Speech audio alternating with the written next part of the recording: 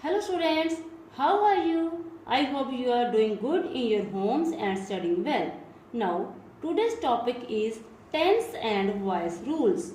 If you haven't seen determiners and preposition videos, click on the I button above to watch them. Now, back to the topic. तो चलो बच्चों, पहले tense का मतलब समझ लेते हैं. टेंस मीन्स समय और काल. जैसे कोई कार्य कब हुआ.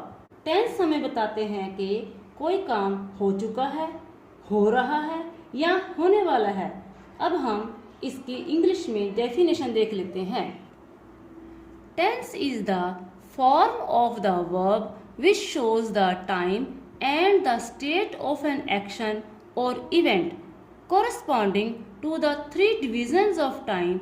There are three tenses.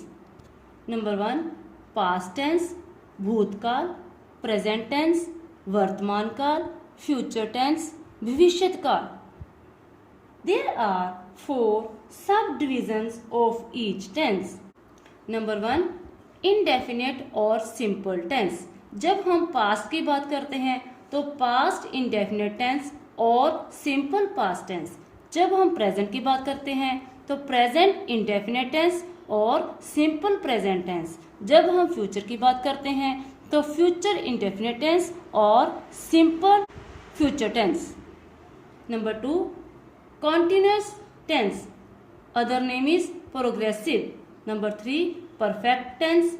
Number 4, perfect continuous tense. Now the next topic is voice. Voice means आवाज़. कोई भी बात या इमोशन को कैसे प्रकट किया जाए इसके लिए हम वॉइस यूज़ करते हैं. जैसे अब मैं आपसे बात कर रही हूँ, इसी को आवाज़ और वॉइस कहा जाता है. Voice refers to a form of a verb that shows whether the subject of a sentence performs the action or is affected by it. For example, Ravi killed a snake. ये active voice है. A snake was killed by Ravi. ये passive voice है. He wrote a letter. Active voice है. A letter was written by him. Passive voice है. इसके rules मैं आपको बाद में बताऊंगी. इससे पहले आपके लिए helping verbs and subject and object के बारे में जानना जरूरी है. There are total 23 helping verbs in our English grammar. These are is, am are, was, were, can, could, shall, should, will, would, may, might, must, be, been, being, has, have, had, do, did, does. इनको याद करने की जरूरत नहीं है, बस आपको समझना है कि इनका प्रयोग किस सेंटेंस में कैसे होना है. Now subject and object. There are 7 subjects and 7 objects in English grammar. Subjects he, she, it, I, we, you, they. He, she, it singular के लिए यूज होते हैं और I, we, you, they plural के लिए यूज होते हैं. Singular means एक, प्लूरल मीन्स एक से ज्यादा.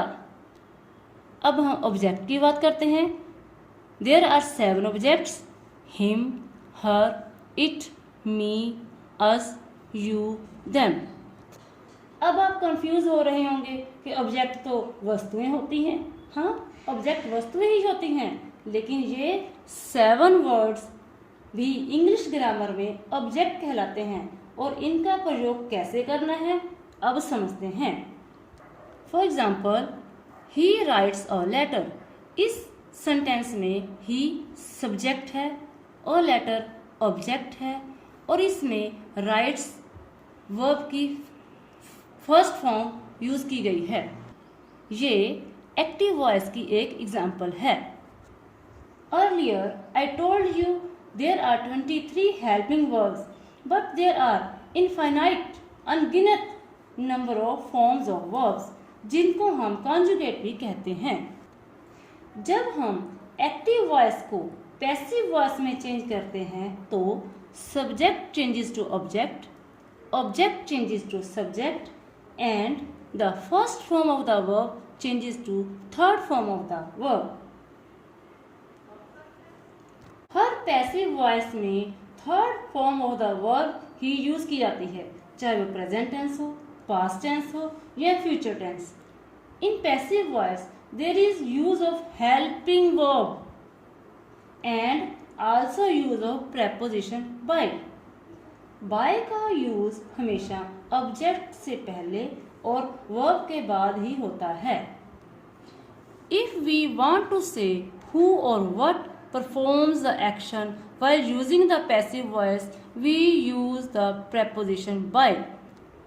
Now we will be doing tenses and voices simultaneously.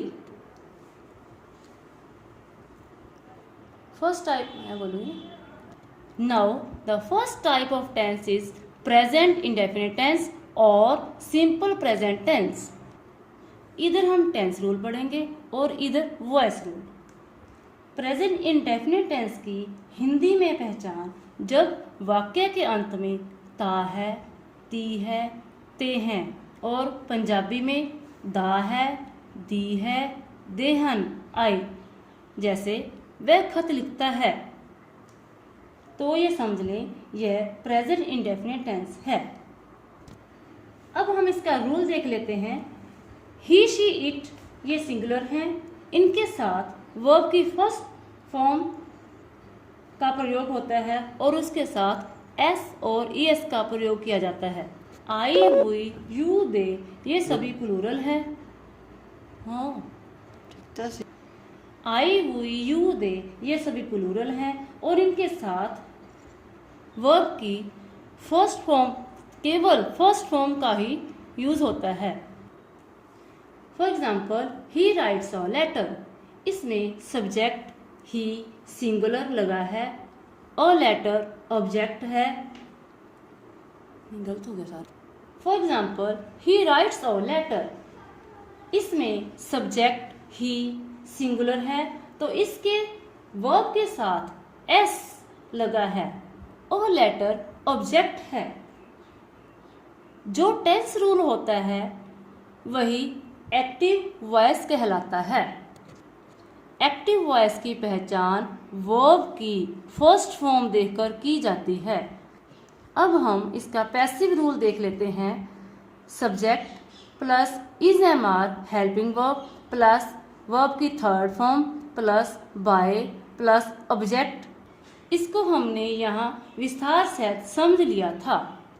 ये पॉजिटिव भाव अफर्मेटिव के लिए रूल था. नेक्स्ट इज नेगेटिव अर्थात नावाचक वाक्य. वह खत नहीं लिखता है. यहाँ पे ता है, आइडेंटिटी तो सेम है लेकिन नहीं के साथ आ रही है, तो इसके लिए हम इसका टेंस रूल देखेंगे. टेंस रूल भी ऑलमोस्ट सेम है लेकिन वो भी नोट के साथ ही आएगा. अब नोट लगाने से पहले हमें एक हेल्पिंग वर्ब की जरूरत है जो कि अफर्मेटिव में नहीं थी. ये हेल्पिंग वर्ब हम वर्ब की फर्स्ट फॉर्म के आधार पर क्रिएट करेंगे. तो यहाँ पर जो हेल्पिंग वर्ब यूज होगी वो डू और डज. नोट के साथ डू और डज का यूज होगा. जब subject singular he, she, it होंगे तो subject plus does note plus verb की फर्स्ट फॉर्म और ऑब्जेक्ट होगा. जब सब्जेक्ट प्लूरल आई, हुई, यू, दे हो तब do not first form plus object लगेगा. फॉर एग्जाम्पल, वह खत नहीं लिखता है. He does not write a letter. मैं खत नहीं लिखता हूँ. I do not write a letter. Write first form है. अब इसके साथ एस और एस नहीं आएगा क्योंकि वो एस और एस हमने यहाँ पर यूज कर लिया है. Subject plus is am are helping verb plus not plus verb की थर्ड फॉर्म. ये मैं पहले आपको बता चुकी हूँ. जब पैसिव रूल होता है तो ऑलवेज वर्ब की थर्ड फॉर्म का ही यूज होता है प्लस बाय प्लस ऑब्जेक्ट. जैसे he does not write a letter, then a letter is not written by him. I do not write a letter, or letter is not written by me. Now next is interrogative sentences. क्या वह खत लिखता है? यहाँ पर भी पहचान same है, ता है, लेकिन इसमें एक क्वेश्चन पूछा गया है। तो इसके टेंस रूल में जैसे आपको पहले याद होगा, हमने नेगेटिव टेंस रूल में डू और डज हेल्पिंग वर्ब का प्रयोग किया था, हेल्पिंग वर्ब बनाई थी और उसके साथ नोट का भी यूज किया था। लेकिन यहाँ पर हमने डू और डज को सब्जेक्ट के पहले लगाना है क्योंकि इसमें क्वेश्चन पूछा गया है और ये सिंपल इंटेरोगेटिव है, तो इसमें हम नोट नहीं लगाएंगे। तो डू और does plus subject plus verb की फर्स्ट फॉर्म प्लस ऑब्जेक्ट और साथ में ये इंटेरोगेटिव साइन लगेगा। फॉर एग्जाम्पल, क्या वह खत लिखता है? Does he write a letter? क्या वह खत लिखते हैं? Do they write a letter? ध्यान में रहे, सिंगुलर के साथ हमेशा डज हेल्पिंग वर्ब का यूज होता है और प्लूरल के साथ हमेशा डू हेल्पिंग वर्ब यूज होती है। जो टेंस रूल होता है वो ही एक्टिव वॉइस का रूल होता है। तो ये पूरा रूल और ये एग्जाम्पल सेम ही चलेंगी। अब पैसिव वॉइस का रूल, इसमें भी सेम है। Helping verb is am are को हम सब्जेक्ट के पहले रखेंगे, फिर सब्जेक्ट, फिर वर्ब की थर्ड फॉर्म बाय और ऑब्जेक्ट के बाद इंटेरोगेटिव साइन लगाना जरूरी है क्योंकि ये क्वेश्चन इसमें एक क्वेश्चन पूछा गया है। अब इंटेरोगेटिव नेगेटिव सेंटेंसेस, इसमें ना के साथ एक क्वेश्चन पूछा गया है, जैसे क्या वह खत नहीं लिखता है? इसका टेंस रूल सेम है। डू और डज को हम सब्जेक्ट के पहले ही रखेंगे plus not plus first form plus object और साथ में इंटेरोगेटिव साइन जरूरी है। ये इंटेरोगेटिव और नेगेटिव रूल का कॉम्बिनेशन होता है। जो टेंस रूल होता है वही एक्टिव वॉइस का रूल होता है, जैसे मैंने पहले आपको बताया था। और पैसिव वॉइस का रूल भी सेम है। इस एम आर को हम सब्जेक्ट के पहले रखेंगे, हेल्पिंग वर्ब को हम सब्जेक्ट के पहले रखेंगे, उसके बाद में नोट वर्ब की third form plus by object interrogative sign लगाना जरूरी है। आपने यहाँ ये नोट करना है कि प्रेजेंट इंडेफिनिट के tense rules and active voice के रूल्स में हेल्पिंग वर्ब्स डू और डज यूज होती हैं और जब हम एक्टिव को पैसिव चेंज करते हैं तो इसमें is am are helping verbs use होते हैं। Thanks for watching my video. The next part of this topic will be uploaded soon on this channel. So subscribe to this channel and click the bell icon so that you get notified when a new video is uploaded. Stay tuned, stay safe.